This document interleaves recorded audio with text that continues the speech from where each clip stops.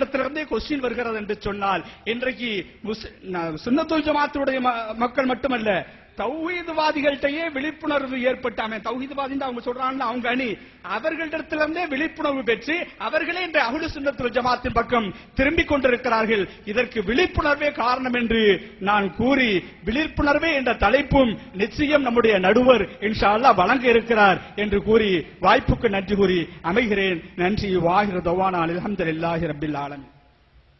ஆனா இவருடைய விவாதத்திற்கு பிறகு இன்னும் விவாதம் நடைபெறவிருக்கிறது.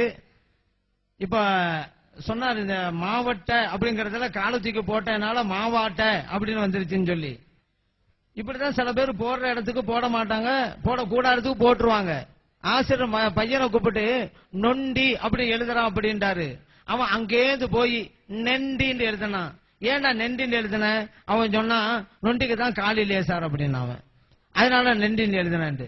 அது போல திரும்பி பாக்குற பத்தியும் சொன்னாரு. எக்ஸாம் ஹால்ல பல கூத்து நடக்கும். எக்ஸாம் ஹால்ல ஒருத்தன் தூங்கிக்கிட்டே இருந்தான். சூப்பர்வைசர் போய் கேட்டாரு, ஏன்டா தூங்கிட்டே இருக்கிற அப்படின்னு.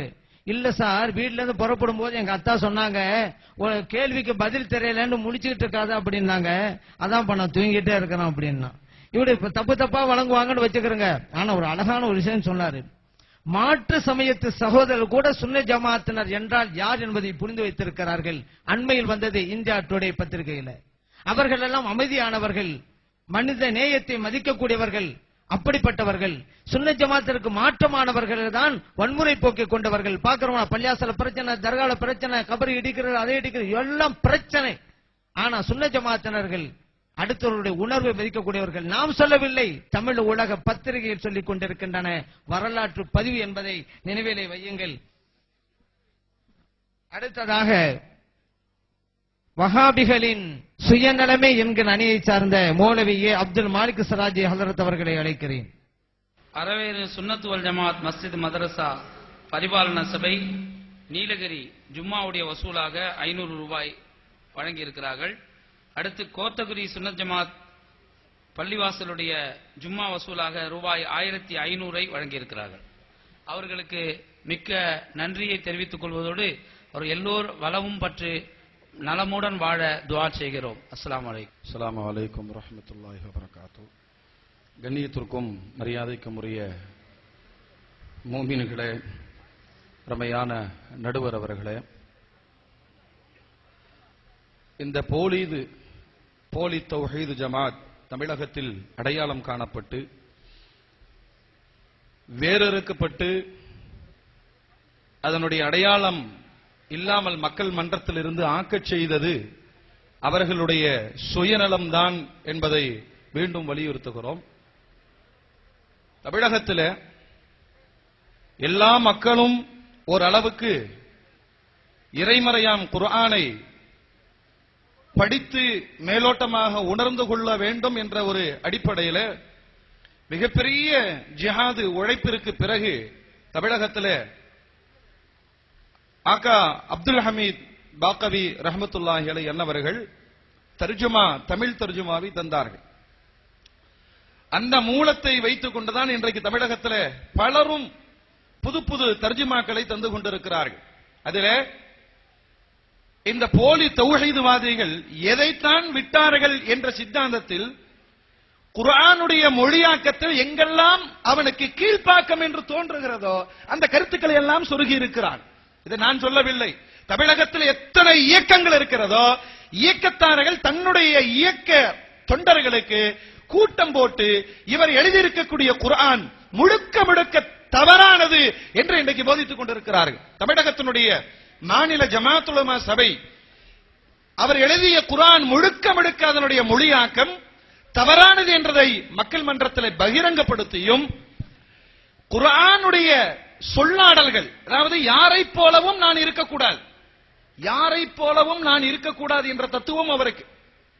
ஒருத்தர் வந்தாரு, ஹஜ்ரத் குழந்தைக்கு பேர் வைக்கணும், யாருமே வச்சிருக்காத பேர் சொல்லுங்க. ஹஜ்ரத் சொன்னாரு ஷைத்தான் வைடான்.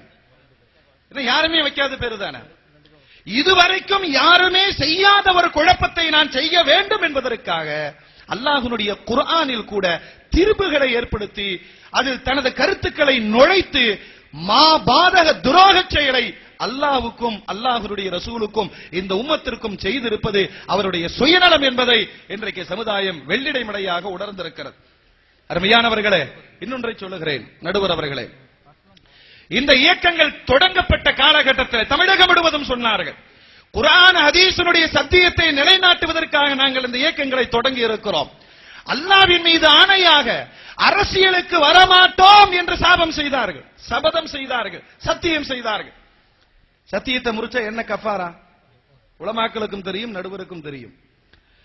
அரசியலுக்குள் வரமாட்டோம் என்று சத்தியம் செய்தார்கள். அதைத்தான் இளைஞர்கள் நம்பனா. இன்றைக்கு அந்த இளைஞர்கள் கூட்டங்களை அடமானம் வைத்து சின்ன பதவிகளுக்காக போட்டி போடுகிற நரிகளாக மாறிவிட்டத சுயநலத்தை இளைஞர்கள் பார்த்திருக்கிறார்கள். தௌஹீத் தரைமட்டமாகிவிட்டது. அருமையான நடுவர் அவர்களே, உலகம் முழுவதும் தமிழ் பேசுகிற மண்ணில் தௌஹீதை நிலைநாட்ட போன அவர் இலங்கை மண்ணில் விரட்டி அடிக்கப்பட்டார். மலேசியாவில் இருந்து திருப்பி அனுப்பப்பட்டார். சத்தியவாதிக்கு இது சோதனை நடக்குமா? ஒரு சுயநலவாதியை விரட்டியது மலேசிய மண்ணும் இலங்கை மண்ணும். அது மாத்திரமல்ல, கடைசியாக ஒன்றை சொல்லுகிறேன். தமிழகம் மாத்திரமல்ல, உலகம் முழுவதிலேயும் நமது பெண்களை கண்ணின் இமையாக போற்றிய அந்த கலாச்சாரத்தை தெருவுக்கு கொண்டு வந்து நிறுத்தினார்கள். பெண்களை போராட்டத்தில் தான் பாதிக்கப்படக்கூடாது என்பதற்காக பெண்களை கேடயமாக பயன்படுத்தி இன்றைய நவநாகரிக உலகத்தில் நமது பெண்களுக்கான கௌரவத்தை, கண்ணியத்தை தெருவுக்கு கொண்டு வந்து சீர்குலைத்த மகா பாவிகள் இந்த போலி தௌஹீத்வாதிகள் என்ற சுயநலம் வெளிப்பட்டதினால் தமிழகத்தின் மண்ணில் அது தரைமட்டமாயிருக்கிறது என்ற வாதங்களை வைத்து வாய்ப்பளித்தமைக்கு நன்றி கூறி விடைபெறுகிறேன். அஸ்ஸலாமு அலைக்கும் வரஹ்மத்துல்லாஹி வபரகாத்துஹு. அன்பார்ந்த பெரியோர்களே, காலம் கருதி இத்தோடு விவாதத்தை நாம் பூர்த்தி செய்து கொள்கிறோம். இன்ஷா அல்லாஹ் தீர்ப்பு விரைவில் வெளிவர இருக்கிறது. இப்ப நல்ல முறையில் வாதத்தை எடுத்து வச்சாங்க. ஆக ஒண்ணு மட்டும் நிச்சயம், வஹாபிசத்தினுடைய முதுகெலும்பு முறிக்கப்பட்டு விட்டது. இந்த கால் நூற்றாண்டு காலத்துல வஹாபிகளுடைய பொய்யான கொள்கைகள் எல்லாம் குழி தோண்டி புதைக்கப்பட்டு விட்டது இந்த தமிழக மண்ணில். அது உண்மை. என்ன காரணம்? சுயநலமா அல்லது பொதுமக்களுடைய விழிப்புணர்வா? அதான் இப்ப பிரச்சனை. சுயநலம் பார்த்தா நிறைய இருக்குதுங்க. இப்ப போராட்டங்கிற பேர்ல பெண்களை ரோட்டுக்கு வர சொன்னாங்க. அது மட்டும் இல்ல, குழந்தைகளோடு வாருங்கள். என்ன தெரியுமில்ல, போலீஸுடைய நடவடிக்கையிலிருந்து தங்களை பாதுகாத்துக் கொள்ளணும். பெண்கள் குழந்தைகள் இருந்தாக்கா போலீஸ் நடவடிக்கை அமைதியா இருக்கும். ஏன்னா அது ஒரு பிரச்சனை ஆயிரும்ல. அதனாலயே இல்லாட்டி என் குழந்தைகளை தூக்கிட்டு வாங்கன்னு ஏன் சொல்லணும்? இதுக்கு வேற ஒரு ஆதாரம். நபிகள் ஸல்லல்லாஹு அலைஹி வஸல்லம் அவங்க காலத்துல பெண்கள் ஜிஹாதுக்கு போகலையா? எதுக்கு போனாங்க? சண்டை போட போனாங்க. ஒரு ஹதீஸ் காமிக்க முடியுமா? மருத்துவம் செய்வதற்காக போனாங்க, புகாரில பதிவு செய்யப்பட்டிருக்கு. சமைத்து கொடுப்பதற்காக போனாங்க, புகாரில் பதிவு செய்யப்பட்டிருக்கிறது. தண்ணீர் எடுத்து கொடுப்பதற்காக போனாங்க பெண்கள், புகாரில் பதிவு செய்யப்பட்டிருக்கு. பெண்கள் ஏன் போனாங்க இருக்குது ஹதீஸ்ல. ஆனா இவங்க சண்டை போனாங்க அப்படிங்கிற தவறாக பிரச்சாரம் பண்ணி தங்களுடைய சுயநலத்திற்காக கண்ணியமாக வாழ்ந்த பெண்களை எல்லாம் ரோட்டுக்கு இழுத்தார்கள். இந்த சுயநலம் காரணம். மக்களை பார்த்தாங்க, அதனால இவங்க விட்டு விலகி போனாங்க.